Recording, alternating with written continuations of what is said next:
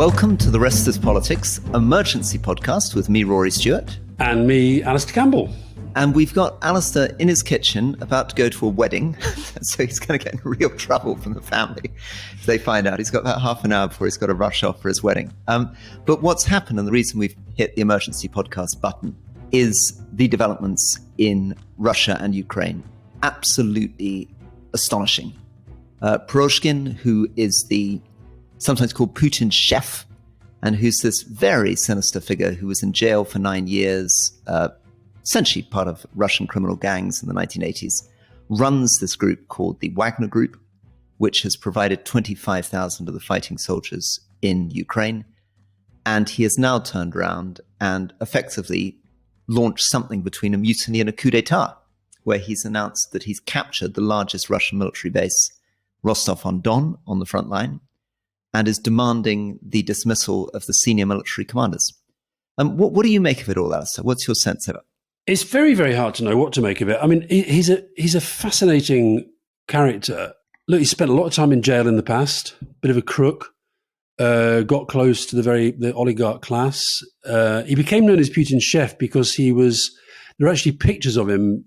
I remember him serving George Bush at a dinner with, he was actually the guy. There's a picture of him leaning over Bush as Bush is talking to Putin. There's another picture of him leaning over Putin as he's serving him food. And that's why I became known as Putin's chef. And then got into this space, this mercenary space, which we've talked about this before. And I've talked about it in relation to Jacob Rees-Mogg's dad's book, The Sovereign Individual, where he predicted this idea of mercenary armies becoming as important as state actors. And I wonder if this is the first case of this being played out. Now, the truth is the Russian controlled military is way bigger than what this guy commands. But at the same time, the very fact that he has, for whatever reason, decided, he's had long-running arguments with the defense minister, Shoigu, and with the head of the armed forces, Gerasimov. He's constantly slagging them off. He did a vituperative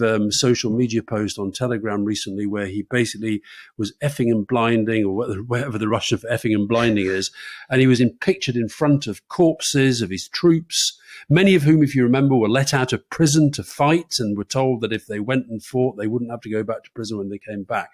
And whether this is the classic thing of the dictator sitting at the top, allowing people below him to kind of fight things out, but the fact that Putin had to do that address to the nation today, looking very sober, I think he was wearing a black tie even, and essentially saying this is an act of treason, this is a stab in the back of our country, we'll crush these people.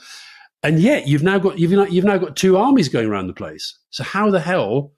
This is a real boon for Ukraine, that's for sure. It's unbelievable. And there's been wonderful social media stuff, which we'll share with listeners, of Ukrainians trolling. There's a great shot, which begins with quite a serious Ukrainian soldier with a big beard in his camouflage uniform, looking at a screen. And then it cuts to a massive bag of popcorn next to him. And he's basically sitting there just eating popcorn, watching Putin's speech. And the general idea of the joke is that the Ukrainians are just going to sit back and watch the Russians tear themselves to pieces. One of the things I've noticed talking to people this morning is that, this being Russia, there are an enormous number of conspiracy theories going around. People in Moscow are terrified. They don't know what to make of it. Some of them initially thought that this was all fake and that Putin had organized this with Prigozhin as a way of getting rid of his senior generals. So he was encouraging Prigozhin to speak out, and that would give him the excuse to clean house. But it looks less and less likely that that was the case, because it's very difficult not to see this now as something that makes Putin look really weak, undermines his credibility, and it's almost impossible to imagine him meeting Prigozhin's demands when you've got 25,000 armed men seizing a military base, claiming they're thinking of marching on Moscow, which is 660 miles away from Rostov, so taking a bit of time, unless he gets rid of his army high command. How can he get rid of his army high command without looking as though he's just given in to mutiny? The truth is that Prigozhin has been very, very critical of the overall military strategy at various points throughout. And look, there's some talk that he sees himself as Putin's successor.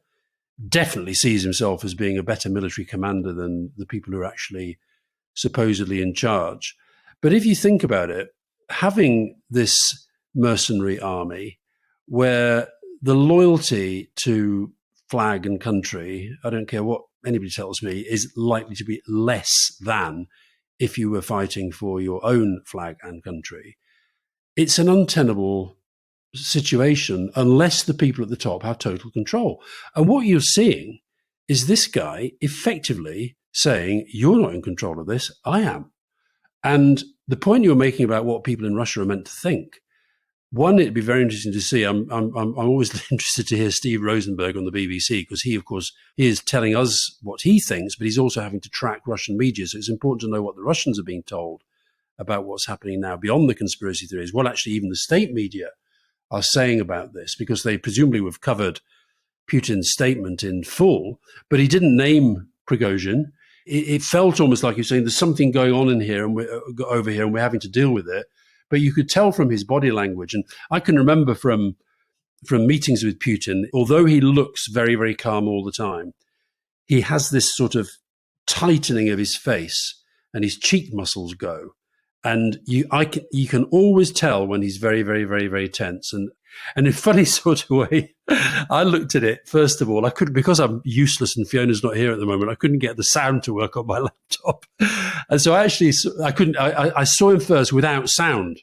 I watched him and he looked really, really, really tense and angry. It's very weird, isn't it? At the moment there, as you say, Putin is not named Prigozhin and Prigozhin is not naming Putin. Prigozhin has named, as you said, the defense minister and the chief of the army, who he called a bunch of fat cats sitting around at home. This has also been a very weird moment. So Prigozhin is a very wealthy guy, runs this amazing network of grocery stores, restaurant businesses, catering. But he's clearly found a new lease of life being right out there on the front line with his troops and sees himself, kind of reinventing himself as a general. On the private military companies, one of the things I think hasn't been covered as much is that the Wagner Group is just one of 10 major private military companies now operating in Russia and on the front line. Yeah. The defense minister himself has his own private military company. And in a sense, Putin has the equivalent, this thing which is being described as the National Guard. It's not really the National Guard. It's what used to be called OMON and the Interior Ministry troops combined. So that it's called Rosgvardia. And this is nearly 500,000 people that Putin is relying on, separate from the Ministry of Defense, to protect him. They're his Praetorian Guard. They're like the Roman emperors relying on their Praetorian Guard in Rome to try to stop it happening. Yeah, and how often do the Guard turn against the emperor in history? I would have said at the start of this, I don't know because I don't know their relationship, but the sense was that Prigozhin was there and given so much power because Putin did see him as completely one of his. And yet, since then, we've had this clear fallout. He doesn't call out Putin, as you say, but in calling out the defense minister and the head of the armed forces, he's effectively calling out Putin. The other thing that I think is interesting in this is he's clearly the places where he's directing this mutiny, attempted coup, call it what you will. They are very, very strategic places. The first place, Rostov-on-Don, is the headquarters of the Russian Southern Military District Command. So they're the ones, if I'm right, that I think I'm right on this, they're the ones that will probably be most directly engaged in the direction of their handling of the Ukrainian counteroffensive. 100%. So how does that work out? So from the Ukrainians' point of view, this is incredibly beneficial. I think there's going to be a big decision that the Ukrainian commanders have to make. There will be some people saying, mount the counteroffensive now. These guys are so distracted. They're all fighting each other. This is the time to break through, drive all the way through to Crimea. There are going to be other people saying, don't do it now. Let the Russians tear themselves to pieces, because if you mount the counteroffensive now, it will just reunify the Russians and give them a reason to pull it together. And I think at the moment the Ukrainians are on the second path. They're, as it were, sitting back in that great video, eating popcorn and watching the Russians do it while they make some tactical advances. So they've just recaptured Bakhmut, which was this horrible, nearly, tens of thousands of people killed in trench warfare of the Russians, just narrowly seizing that, and looks like they've lost that again. So I think we can expect the Ukrainians at the very least, to be taking tactical advantage of this all the way along the front line over the next few days. Mm.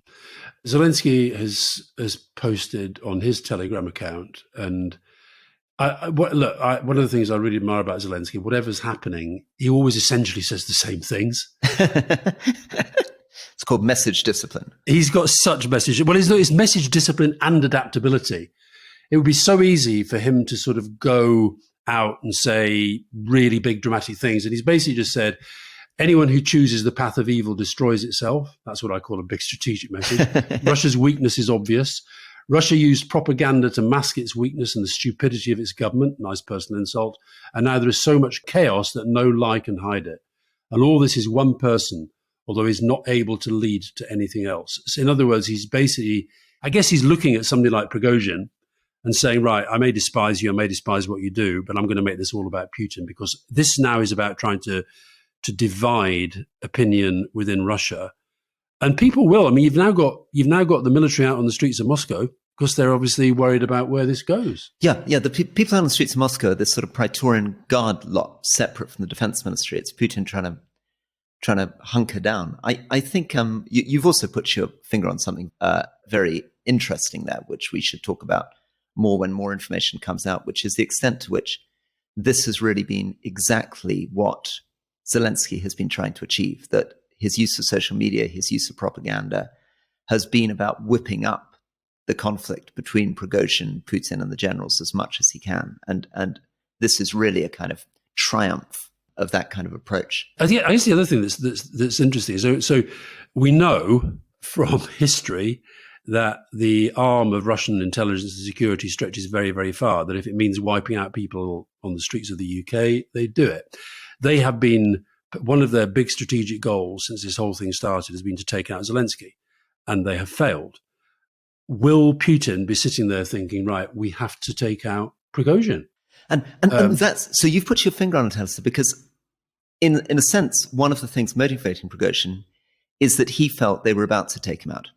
So there had been a bungled attempt, it seems, by the FSB, the KGB's successors, to try to abduct him. And then there was this attack, he claims, against the Wagner camps, led by an amazing, rockets, helicopter, gunships, and the rest, which was the final thing that triggered him. And that was an attack by Sergei Shoigu against him, which triggered him to move and seize Rostov. So I think Prigozhin felt, or at least he's suggesting, that his back was against the wall, that he was going to be killed anyway, and that he needed to move before the defense ministry and the intelligence services took him out. And it's at that point that these 10 different types of military unit, how they split, who goes with who, and who remains neutral is absolutely critical. Now, I think it's not likely, and this is me really, I apologize because the chance of this being right is going to go wrong quickly because we're early days, but it doesn't feel like a coup d'etat. It feels like a mutiny. And the difference is this: a coup d'etat, you really have to get up to Moscow. You've got to grab the president. You've got to take the radio and television stations. You've got to take control in the first 2-3 hours. If you don't, generally the lumbering state wakes up and over the next few days crushes you.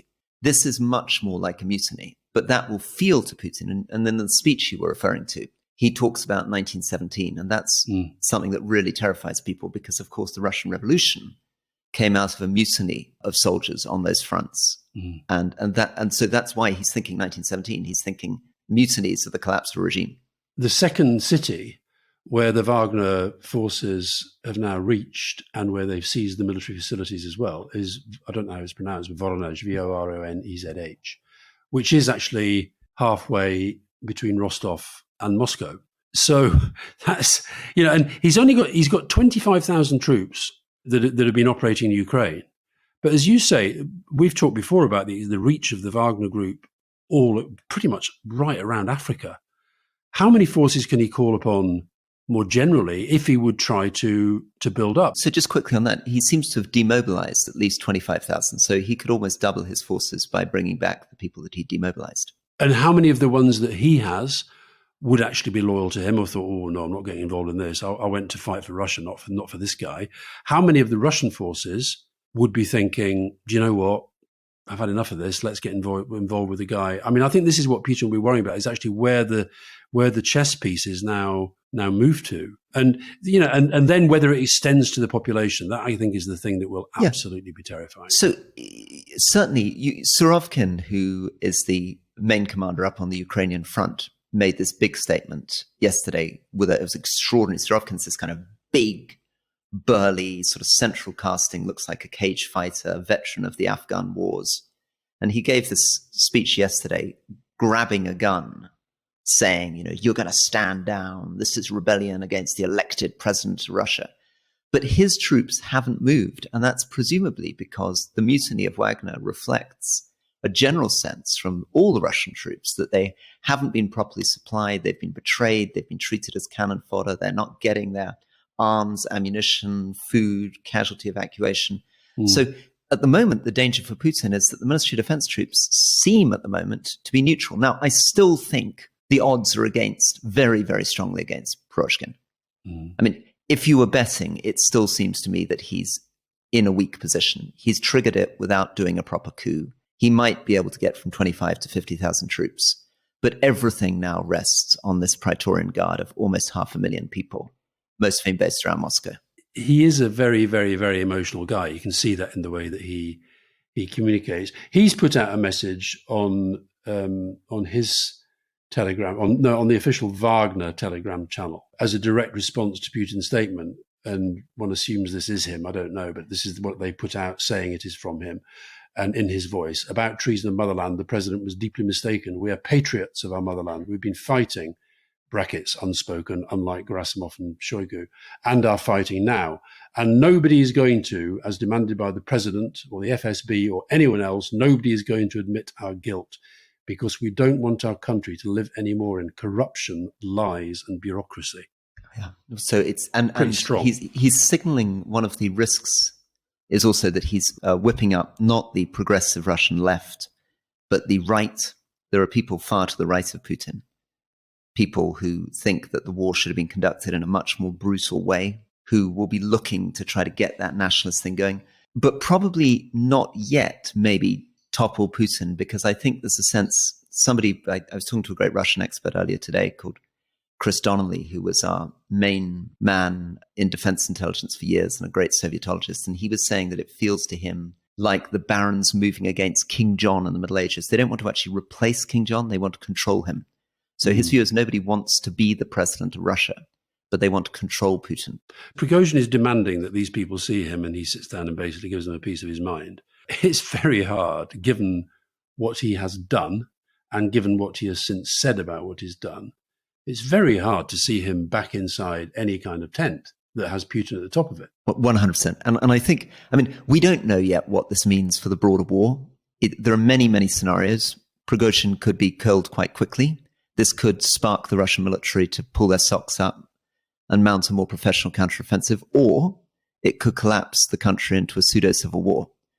But what we do know is that this has revealed, and this is what I think Zelensky is emphasizing again and again, is just how sick the regime that Putin has created over the last 23 years is. It's a regime which isn't really controlled by oligarchs. It's actually controlled by people with guns. And as I say, almost 10 different warring military units run by warlords. And this sense of a fragile dictator with a collapsing economy whose only legitimacy is whipping up this nationalistic, mad fantasy about NATO threatening them through Ukraine. All the sickness of that is now coming to a head. And I think this may mean that whatever residual support they're getting from the rest of the world is going to fall away. I don't think the Chinese are going to be impressed by this. I don't think that they're allies elsewhere. No. And the rather sinister baby-faced looking guy with the long beard, the Chechen leader, Kadyrov, he's piled in as well now and has said that he's going to be sending forces to help Putin crush the rebellion. Whatever aims you're given, whatever promises are made to you, the safety of our state and cohesion of Russian society are the most important thing right now. And Chechen fighters from the Defense Ministry and National Guard have left for the zones of tension. The rebellion must be crushed. If that requires harsh measures, then we are ready. So pretty big weekend, I would say. Pretty big weekend. Thank you for cutting into your wedding. We're going to have to keep watching this space. Yeah. thing could disappear in 2 days, or it could redefine the whole course of the conflict, and we'll have to keep on top of it. And, there was a time, Rory, when the British response to something like this would be fundamental and the whole world would want to see it and hear it. So it was a bit dispiriting just to hear the UK government's emergency committee is to meet to discuss the situation in Russia. There is an appeal for calm on all sides. And there is long-standing advice to British citizens not to travel to Russia.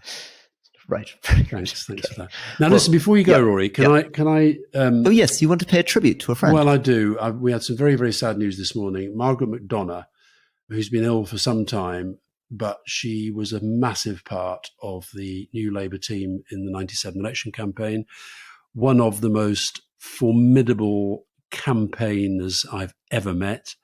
I think I've mentioned on the podcast before as the person who actually came in to see me one day and said, "What do you think of this as a song?" And it was "Things Can Only Get Better," which became our song. She's had a brain tumour for some time. Thankfully, I say thankfully, she came to a special dinner we had for Tony Blair's 70th a while back. It was all the original team. And even though she was in a wheelchair, couldn't really speak properly, had a carer, it was fantastic that she was able to come. But sadly, for most of us, that was the last time we saw her alive. So I just want to say Margaret McDonough really was one of the key people who helped Labour win that first election and was one of the most amazing campaigners the Labour Party ever had. So it's very sad that she's died. And you would probably know her sister, Siobhan, who was an MP for Mitcham and Morden. I do. Sorry to hear that, Elsa. Good. Well, you're now going to go off to a wedding. I would say that maybe that'll cheer you up, but I know that you don't really like weddings. But hopefully it's a friend, so that I'll... Yeah, anyway, we'll see you soon. See you soon. Thanks again. Bye-bye.